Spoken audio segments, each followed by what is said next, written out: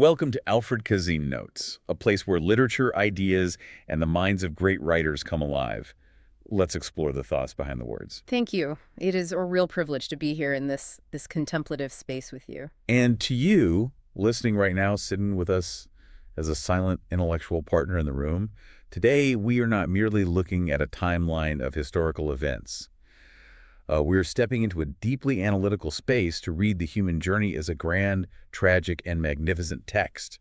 A text about the human condition itself. Right. We're looking at the story of us, and that is the perfect lens for what we are undertaking today. Exactly. The primary text we are deconstructing is Yuval Noah Harari's Sapiens, A Brief History of Humankind.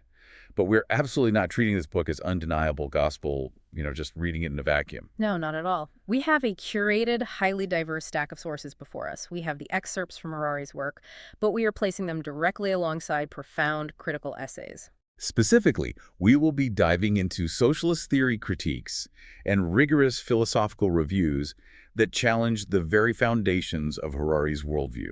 Our mission in this deep dive is to deconstruct the constructed narratives, the myths, the systems of money, the sprawling empires that somehow vaulted an insignificant, marginalized ape to the status of an anxious, world-altering god. And crucially, we are going to critically examine the biological and social determinism embedded in that narrative. We are inviting you to look past the comforting, glittering illusions of human progress. It is so easy, isn't it, to surround ourselves with the marvels of modernity and just assume this was all meant to be. It is. But we are asking you to confront the raw, sometimes deeply uncomfortable truths of our collective history. So let's begin at the true beginning. Harari maps out a grand, almost intimidating cosmic prologue. He really does. It starts 13.5 billion years ago with the Big Bang, which gives us the realm of physics. Then, matter and energy cooling over unimaginable eons to form atoms and molecules. Exactly, chemistry. It forces a severe perspective shift right out of the gate to put our existence into a proper, humbling scale. You have physics and chemistry governing the void for billions of years. Then we fast forward to 3.8 billion years ago on this one small rock we call Earth, where organisms finally appear. That gives us biology. But the timeline doesn't pause there. It keeps rolling. It's only a mere 70,000 years ago, which is an absolute blink of an eye in cosmic terms, that culture emerges. That is when history actually begins. The sheer scale of insignificance that timeline assigns to us is jarring. I think we all carry around this profound, unspoken assumption. Harari calls it the myth of the orphan. The myth of the orphan, yes. We view ourselves as divinely separated from the rest of the natural world. Right. We walk around, you and I, acting as if humanity just fell from the sky, completely independent, unique, totally devoid of biological baggage. But the biological text tells a radically different, far more grounded story. We are not orphans. We belong to a noisy, unruly, and rather violent family of great apes. If you were to trace the lineage back just 6 million years, you would find a single female ape who had 2 daughters. One of those daughters became the ancestor of all chimpanzees. The other daughter became our grandmother. We share a grandmother with chimpanzees. That is not a metaphor. That is a stark evolutionary reality. It completely shatters the pedestal we've placed ourselves on, and it inevitably brings us to the skeletons in our closet. Literally. 2.5 million years ago, humans emerged in East Africa from an older ape genus called Australopithecus, which simply means southern ape. And this is a part of the narrative that I find utterly haunting. We weren't the only humans. No, we weren't. We embarked on this grand diaspora across the globe, and depending on where those ancient humans settled, they adapted. They changed. The diversity of the human family was staggering. Those who migrated to the snowy, harsh forests of Europe and Western Asia evolved into Homo neanderthalensis, the Neanderthals. They were muscular, bulky, perfectly adapted to the bitter cold of the Ice Age. Right, and those who pushed further east into Asia became Homo erectus. And we really need to pause on Homo erectus for a moment. They survived in Asia for nearly 2 million years. 2 billion years. 2 million. It is highly doubtful that our own species, Homo sapiens, will last even a fraction of that time, given our current trajectory. That puts our little 70,000-year run of history into a rather grim perspective, doesn't it? And there were others, right? Many others. On the Indonesian island of Flores, a population of ancient humans became trapped. The sea levels rose, I believe. Yes, and the resources on the island were extremely scarce, so over generations, humanity underwent a biological process of dwarfing. Homo floresiensis. Exactly. They stood only about a meter tall, They weighed maybe 25 kilograms. They were miniature humans hunting dwarf elephants on an island they could not escape. And then, incredibly recently, in 2010, scientists found a single fossilized finger bone in a cave in Siberia. DNA sequencing revealed yet another lost sibling, Homo denisova. 100,000 years ago, the Earth was home to at least 6 completely distinct human species simultaneously. I want you to imagine that. You could have theoretically walked across a continent and encountered humans who looked drastically different from you, yet were still fundamentally human. But today, there is only one: us. The solitude we experience now, this feeling that we are the only rational beings on the planet, is an evolutionary anomaly. It's a tragedy hidden in our DNA. So what does this all mean for us, the sole survivors? Let's analyze the cost of the very thing that supposedly makes us so special, our cognition. We pride ourselves on our large brains. We naturally assume that evolution inevitably selects for higher intelligence. But the biological irony of the large brain is profound. It is an evolutionary gamble of the highest order. The Sapiens brain accounts for roughly 2 to 3% of total body weight, but it consumes a staggering 25% of the body's energy when the body is completely at rest. 25%. Just to think. To put that in perspective, other apes use only about 8% of their resting energy to power their brains. So, if you are an ancient human roaming the savannah, you have this incredibly expensive piece of biological machinery in your skull that demands constant fuel. How do you pay for it? You pay for it by diverting energy away from your muscles. Exactly. We traded physical strength for neurons.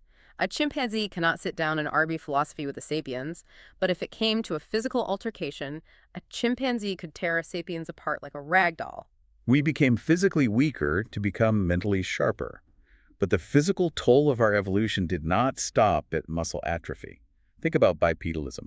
Standing upright, which we always celebrate as a great triumph because it freed our hands to craft tools and let us scan the tall grass for predators. It did, but the architectural cost of that transition was immense. Imagine a skeletal structure, the spine, the hips, the knees, that was perfectly designed over millions of years for walking on all fours. Suddenly, that exact same scaffolding is forced to pivot 90 degrees and support a massive, heavy cranium balancing on top of it. It's an anatomical nightmare.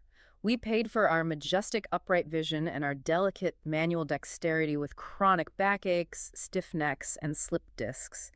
We are a species that literally hurts to walk. And the biological cost for women was even more severe, wasn't it? Walking upright required the hips to become narrower to maintain balance. Which meant a narrower birth canal. Right, and this happened right at the exact moment in evolutionary history when the skulls of our babies were getting larger and larger to house those massive brains. It created a biological crisis. Evolution's brutal solution was premature birth. Compared to other animals, human infants are born incredibly early in their developmental cycle. A foal can trot shortly after birth. A kitten leaves its mother to forage in a matter of weeks. Human babies are utterly helpless for years. Harari uses this brilliant poetic analogy in the text. Human infants are born like molten glass from a furnace rather than a fired clay pot. They are entirely malleable, completely unfinished. Which brings us to the philosophical core of our sociology. Because human infants are so extraordinarily vulnerable, because that molten glass needs protection to cool and form, it requires a tribe to raise them. A solitary mother could not carry a helpless infant and forage enough food to survive. This biological weakness is the absolute foundation of human society. Our profound cultural malleability, our ability to mold you and me into Christians or Buddhists, capitalists or socialists, pacifists or warriors, stems directly from the fact that we are born physically and neurologically unfinished. We require society to complete us. That is a beautiful way to phrase it. Society completes the biology. But even with these large brains and these intricate social tribes, we must remember our place in the world during those millions of years of development. We were not the masters of our domain. We were not the protagonists of the global ecosystem, not even close. For millions of years, humans were utterly marginalized. We were scavengers, terrified, huddled smack in the middle of the food chain. I think the sources paint a picture that is deeply humbling for the listener to visualize. Imagine you are out there on the African savanna. You aren't hunting the great beasts. You are waiting in the tall grass. A pride of lions takes down a giraffe. You wait. You don't dare approach. Then the lions leave, and the hyenas and jackals move in to scavenge the remains. You wait again, terrified. Only when the major predators and the secondary scavengers have completely finished do you and your human tribe creep forward. And what do you find? Bones, stripped clean of meat. This is where our early technological genius comes into play. What was our grand innovation? It wasn't the spear or the bow. It was a sharp stone used to crack open the heavy limb bones of a giraffe to extract the marrow inside. We were the ecological equivalent of a woodpecker extracting insects from a tree trunk. We specialized in the scraps that no one else could reach. This stark reality of our origins raises a massive psychological question, and this is a theme that runs through the entirety of Harari's work. What is the psychological damage of our sudden, violent leap to the apex of the food chain? The damage is foundational to everything we suffer from today. If you look at a natural apex predator, a great white shark, or a lion, their rise to the top of the food chain took millions and millions of years. Their ecosystems had time to adjust to their dominance. As the lion got faster and deadlier, the gazelle evolved to run faster. The rhino developed thicker skin. The buffalo learned to form defensive circles. Nature maintains a slow, deliberate balance. But sapiens, in evolutionary terms, we jumped from the middle to the absolute top virtually overnight. The sources refer to it as the dictator of a banana republic analogy. I want to unpack that for the listener because it's vital. It means we did not slowly earn our place at the top over eons, allowing nature to temper our power. We seized it abruptly. Because we were, until very recently, middle management scavengers, we are deeply biologically plagued by fears and anxieties about our position. A lion is confident. A lion sleeps soundly on the savanna because it knows it is the king. A sapiens is paranoid. We're constantly looking over our shoulder, terrified that something is going to take our place. And a paranoid apex predator is an incredibly cruel, destructive force. Wars, ecological disasters, mass extinctions. So much of the tragedy of human history stems from this hasty, unnatural leap. We are an insecure, traumatized species wielding godlike power. And the very first instance of that godlike power, the literal spark that allowed us to divorce our power from our physical biology, was fire. Sometime between 300,000 and 800,000 years ago, our ancestors figured out how to master it. I absolutely love the analogy used in the text to describe this paradigm shift. Think about an eagle. An eagle is majestic. It can ride the thermal currents of the wind, but its power is ultimately strictly limited by its biology, its wingspan, its physical strength, its caloric intake. A human, however, with a single spark and a dry stick, can burn down an entire forest in an afternoon. The power of fire is entirely independent of the human body's limitations. It represents the first great decoupling of human capability from our biological form. But fire wasn't just a weapon or a tool for clearing forests. Its most profound biological impact was realized through cooking. Cooking fundamentally altered the chemistry and biology of our food. It killed parasites, which drastically reduced mortality. It vastly broadened our diet. Suddenly, indigestible roots and tubers became nutrient-rich staples. And it drastically reduced the time and energy needed to eat. Chimpanzees spend up to 5 hours a day just chewing raw food. We spend an hour. But the most critical biological shift is that cooking essentially pre-digests food outside the body. Right, because long intestines and huge brains both require massive amounts of energy. Yeah. The human body is a zero-sum economic system. You cannot biologically afford both a massive digestive tract to process raw leaves and a massive brain to think abstract thoughts. Exactly. The mastery of fire allowed us to trade a long digestive tract for an oversized brain. By outsourcing the work of digestion to the campfire, our intestines shortened over generations, freeing up a massive caloric budget that was immediately redirected upstairs to the cranium. It was a caloric revolution. Yet even with fire, even with larger brains, it's crucial to remember that 150,000 years ago, Homo sapiens were still relatively insignificant. We were minding our own business in a corner of Africa, not dominating the globe. The true turning point, the moment history broke free from the chains of biology, came much later. This brings us to Section 3, the cognitive revolution. Okay, let's slow down and really examine this because this is the fulcrum upon which the entire human tragedy pivots. Around 70,000 years ago, something happened. A genetic mutation altered the internal wiring of the sapiens' brain. Harari poetically calls it the tree of knowledge mutation. Now, we know many animals communicate. Communication isn't unique to us. A green monkey can call out a specific sound that means careful. A lion is in the grass. The other monkeys hear it, they look around, they climb trees. The monkey is describing an objective reality. But what was the true innovation of the Sapiens language? The true innovation, and this is where we must apply a deeply literary critique to our own history, was the ability to speak of things that do not exist. It was the birth of fiction. Fiction, not just lying, but the collective imagination. Yes, we are fundamentally the storytelling animal. Think about the pillars of our modern world: myths, gods, limited liability companies, human rights, nations, laws. None of these entities possess an objective physical reality in the natural world.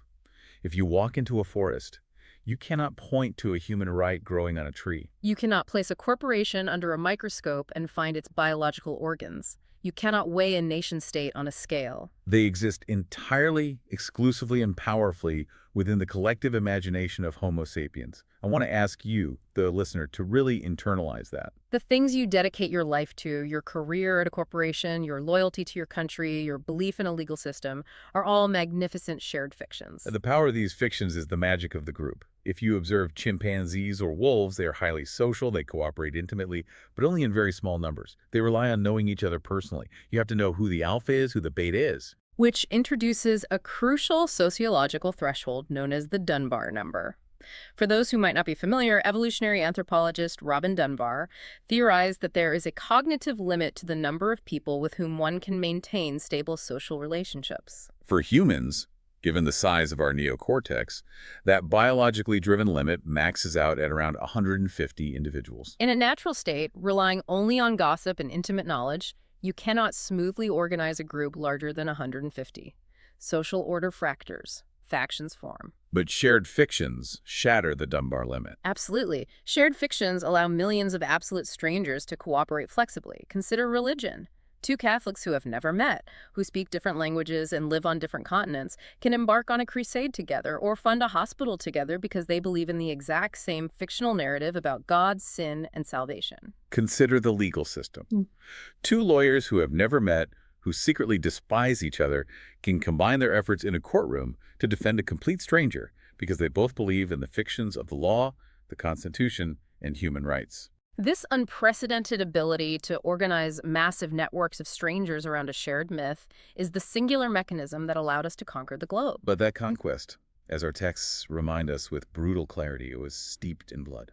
Which brings us to a very dark chapter, the tragic encounter. When sapiens experienced this cognitive revolution, they expanded. They migrated out of Africa, pushing into the Middle East, into Europe, into Asia. And what happened when they met the Neanderthals? For decades, anthropologists debated two competing theories, the interbreeding theory versus the replacement theory. Basically, did we make love or did we make war? It was a fierce debate. Did the populations peacefully merge, sharing campfires and genes until Neanderthals simply blended into us? Or did sapiens, armed with their new cognitive ability to organize in large numbers, simply slaughter them? The revelation of modern DNA analysis has provided a chilling, nuanced answer. I was reading the genetic data in the sources, and it's fascinating. We now know that modern humans of European and Middle Eastern descent carry roughly 1 to 4% Neanderthal DNA. And people of Melanesian descent carry up to 6% Denisovan DNA. Yes, the DNA evidence proves that the interbreeding theory has some validity. There was a slight mingling, a marginal, intimate absorption in the dark corners of prehistory. But overwhelmingly, the macro evidence points to the replacement theory.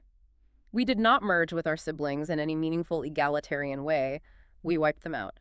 The genetic gulf was perhaps too wide for complete integration, but the ecological competition was far too fierce for peaceful coexistence. Neanderthals were stronger, their brains were actually slightly larger than ours, and they survived the brutal ice age.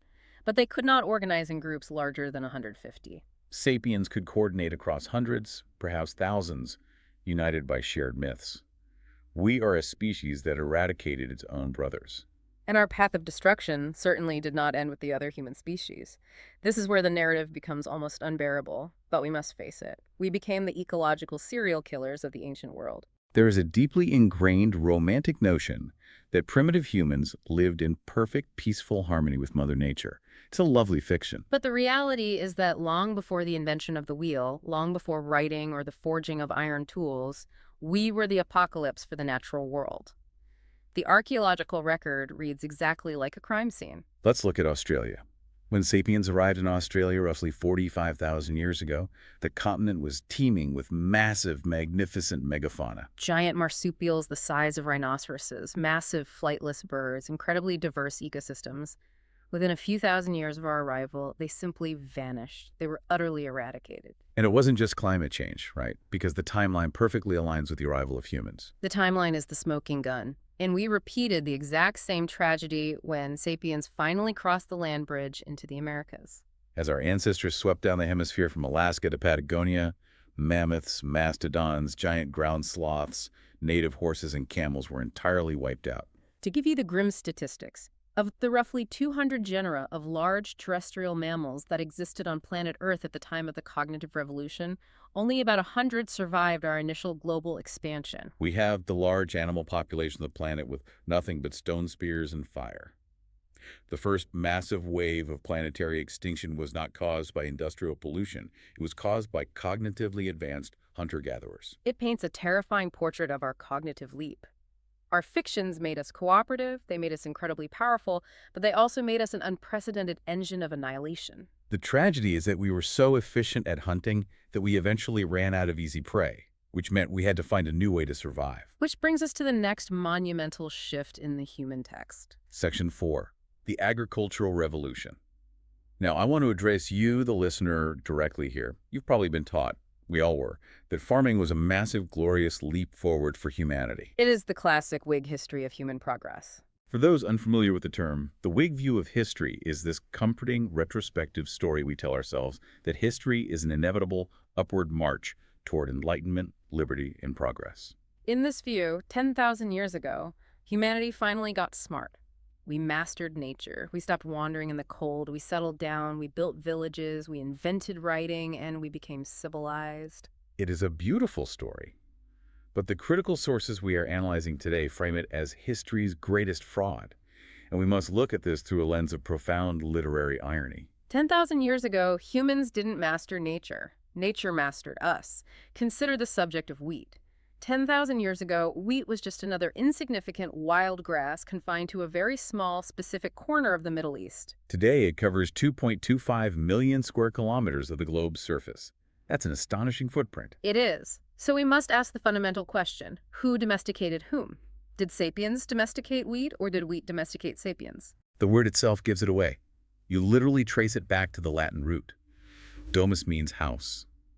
Wheat didn't move into our houses.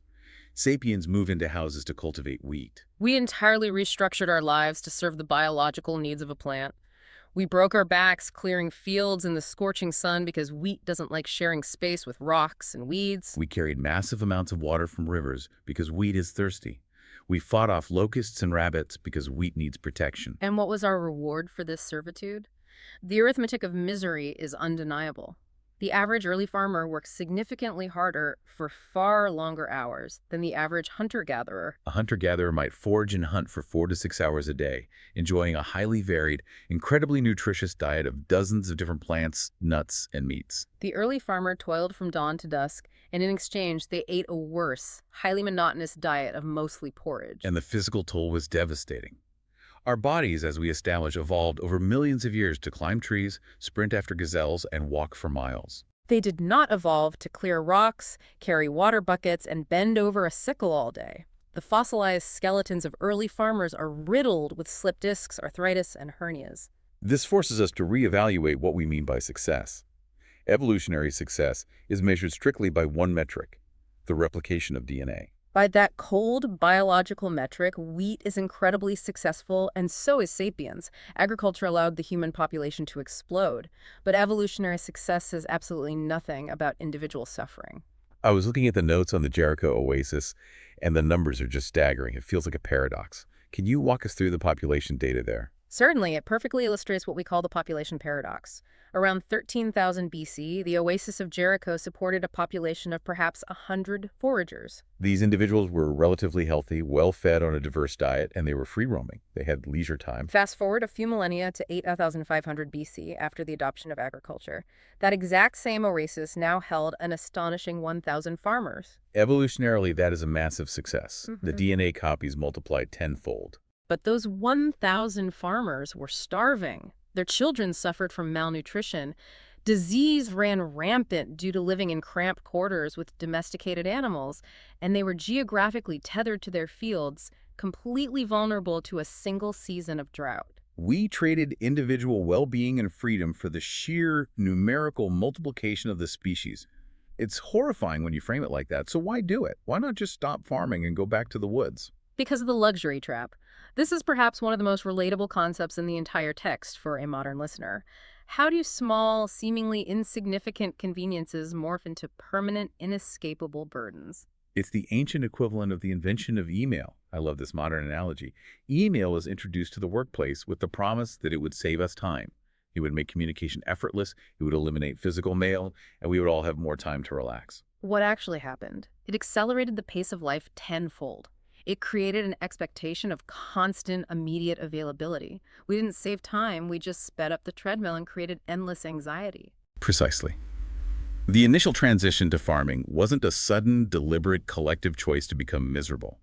Nobody voted to ruin their health. It was a series of tiny, seemingly rational decisions over generations. A tribe might think, if we scatter a few seeds near our winter camp, we'll have a small reserve of food when we return next year. It will just be a little luxury to make life easier. But that small reserve allows more children to survive the winter. More children mean a larger population. A larger population requires more food. To get more food, they have to plant more seeds, which requires more labor, which requires them to stay near the fields longer. By the time the descendants realized the trap their ancestors had built, they couldn't go back. There were too many mouths to feed. If they abandoned the fields, 80% of the tribe would starve. The luxury had become a vital necessity. That is the profound tragedy of human progress. We constantly invent things to make our lives easier, but those very inventions end up dictating our behavior. And alongside this physical and societal trap, the texts argue there was a massive spiritual shift. A devastating one. For hunter-gatherers, the dominant worldview was animistic. They believed that animals, plants, rivers, and mountains had spirits, desires, and agency. They were spiritual equals, entities to be negotiated with. You didn't just kill a deer. You asked its permission. You thanked its spirit. But agriculture fundamentally, violently reordered this worldview. It reduced living, breathing animals and complex plant ecosystems there to property, to commodities. A cow was no longer a spiritual equal. It was a milk-producing machine. This agricultural mindset set the stage for the deep structural alienation of humanity from nature that plagues us to this exact day. It paved the way for the terrifying concept of absolute ownership over life itself. And once we grew accustomed to owning plants and animals, treating them as commodities to be managed, it wasn't a huge leap to start applying that exact same logic to other humans. Which perfectly transitions us to the next massive shift. Section 5. The unification of humankind. For most of our history, hunter-gatherer societies were profoundly fractured. You had thousands of distinct cultures, languages, and belief systems, completely isolated from one another. But the ultimate arc of history, as outlined in Harari's text, is highly directional. It inexorably moves towards unification, and it was driven by three mega-fictions: money, empires, and gods. These are the three great unifiers. Let's start with money. When we say money is a fiction, we don't mean it's fake. We mean its value exists entirely in our shared imagination. Money is perhaps the most successful system of mutual trust ever created by the human mind. Think about the money in your wallet right now, or the digits in your bank app. You can't eat a dollar bill. You can't build a shelter out of a digital bank transfer. Why do you trust it? Because you believe that the baker down the street also believes in it. It is an absolute bridge across cultural divides. Money transcends religion, politics, gender, and language. It is the one fiction that almost every human being on the planet, regardless of their deeply held personal beliefs, agrees upon. The text provides a striking, almost jarring example to illustrate this point. Osama bin Laden. Yes, this blew my mind when I read it. Osama bin Laden harbored a deep, violent, foundational hatred for American culture, American politics, and American religion. He dedicated his life to destroying it. Yet he did not hate American dollars. He stockpiled them. He trusted the fiction of the American dollar just as implicitly as the most fervent capitalist trading on Wall Street. Money doesn't ask us to love each other or even to trust each other personally. It simply asks us to trust the shared fiction of the currency.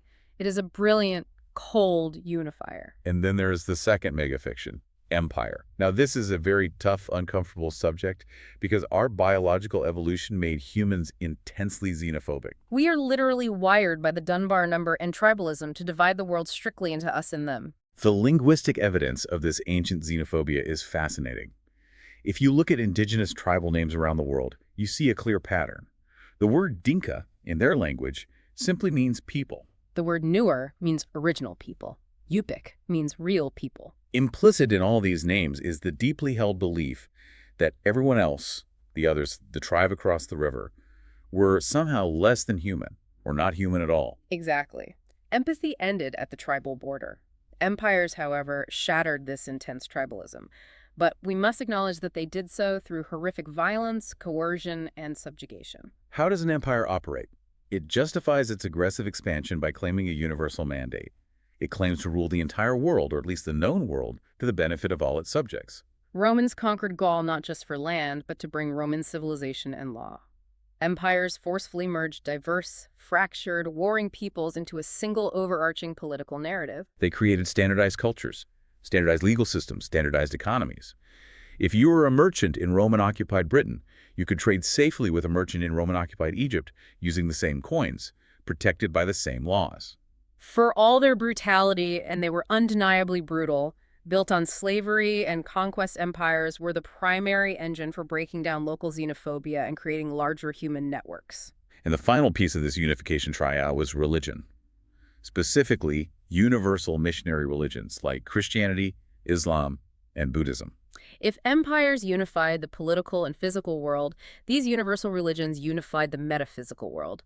Local animist gods only cared about a specific valley or a specific tribe. But universal religions claimed a single, absolute, cosmic truth that applied to every human being on the planet, regardless of their tribe, origin, or language. Together, these three fictions, the economic trust of money, the political umbrella of empire, and the cosmic order of universal religion, forged the deeply interconnected, globalized, unified world we inhabit today. But it was the next revolution that truly weaponized this unified global structure and accelerated our power beyond comprehension. Which brings us to Section 6, the scientific revolution.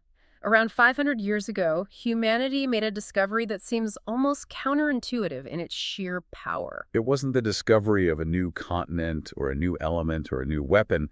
It was the discovery of ignorance, the admission of nothingness. Explain that, because it sounds like a paradox. How does admitting you don't know something lead to ultimate power? For thousands of years, previous cultures, whether Islamic, Christian, Buddhist, or ancient mythologies, operated on the foundational assumption that the gods, or the ancient wise ancestors, already knew everything there was to know. The Holy Scriptures contain all the answers to the important questions of the universe.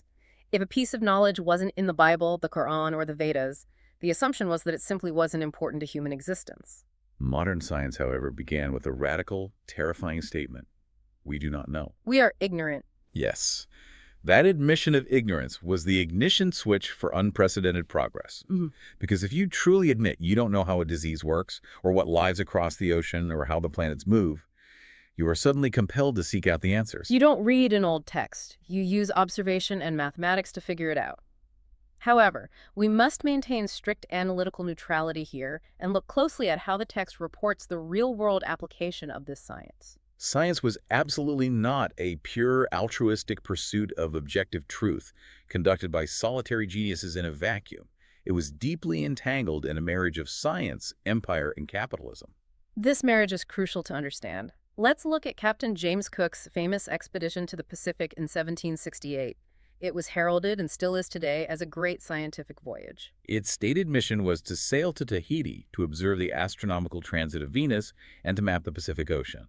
But who paid for it? It was funded by the British Empire. And alongside the astronomers and botanists, the ship carried heavily armed soldiers.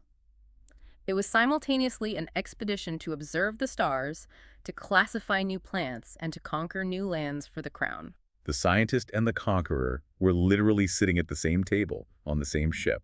And the economic engine driving this marriage of science and empire was capitalism.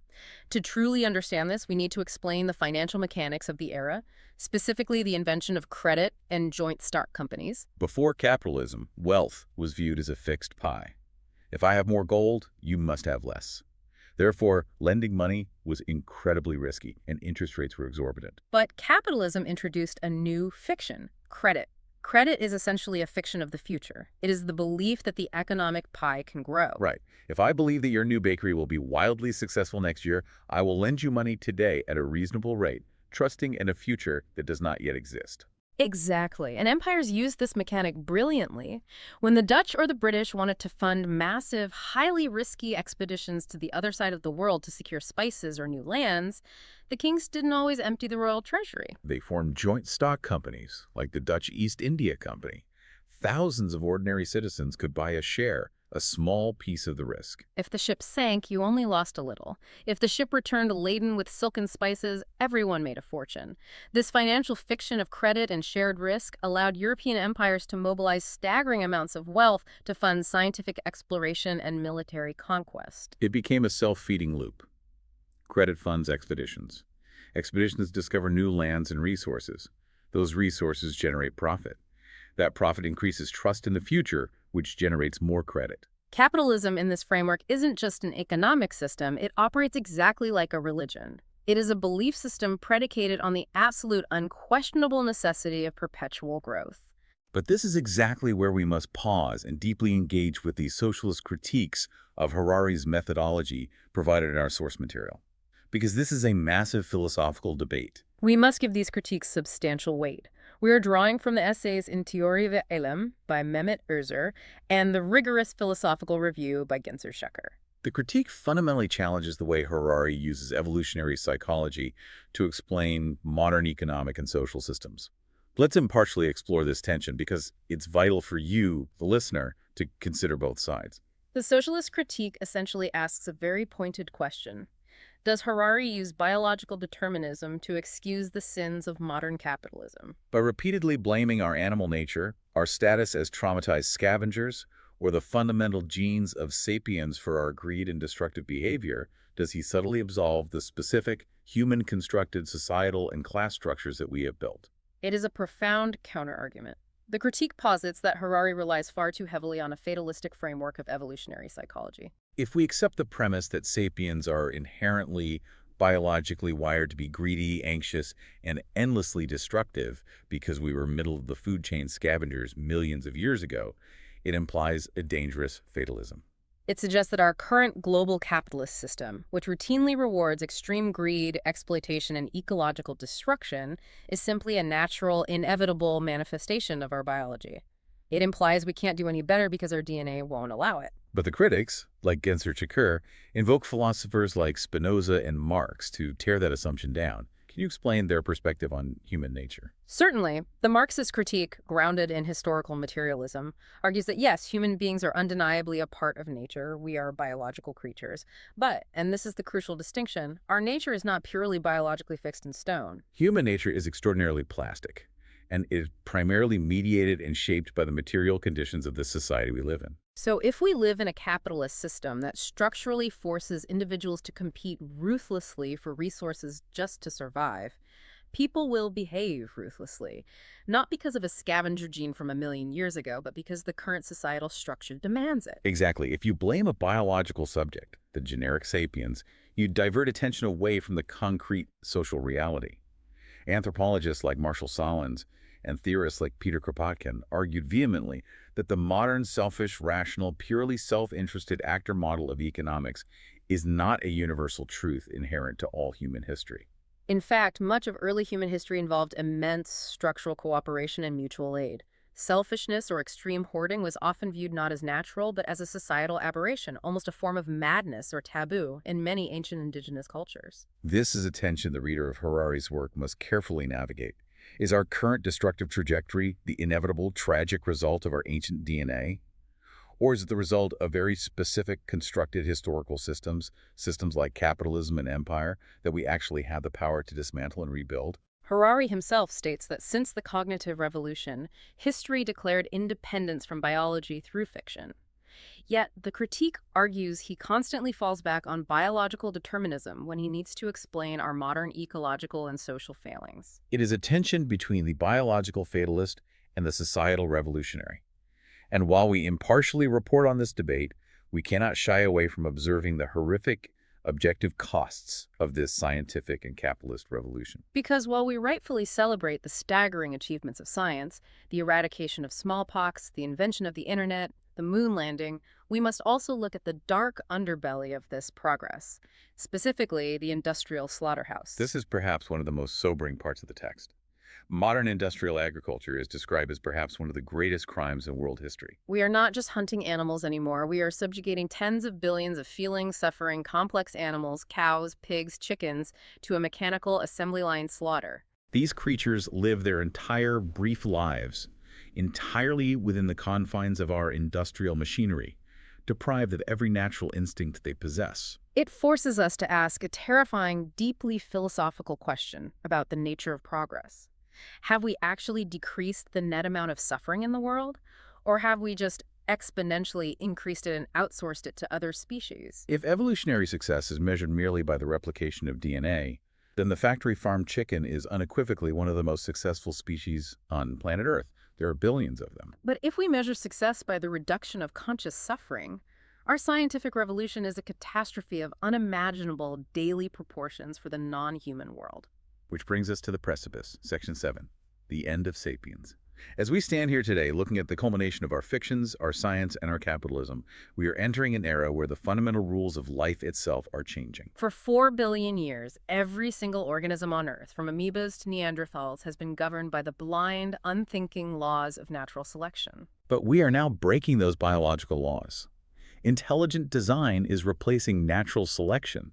And it's not the intelligent design of some omnipotent cosmic deity, it is the intelligent design of Homo sapiens. We are actively mastering genetic engineering. We are learning to rewrite the code of life. We are creating cyborgs, entities combining organic tissues with inorganic bionic parts. We are exploring the creation of entirely inorganic life through artificial intelligence.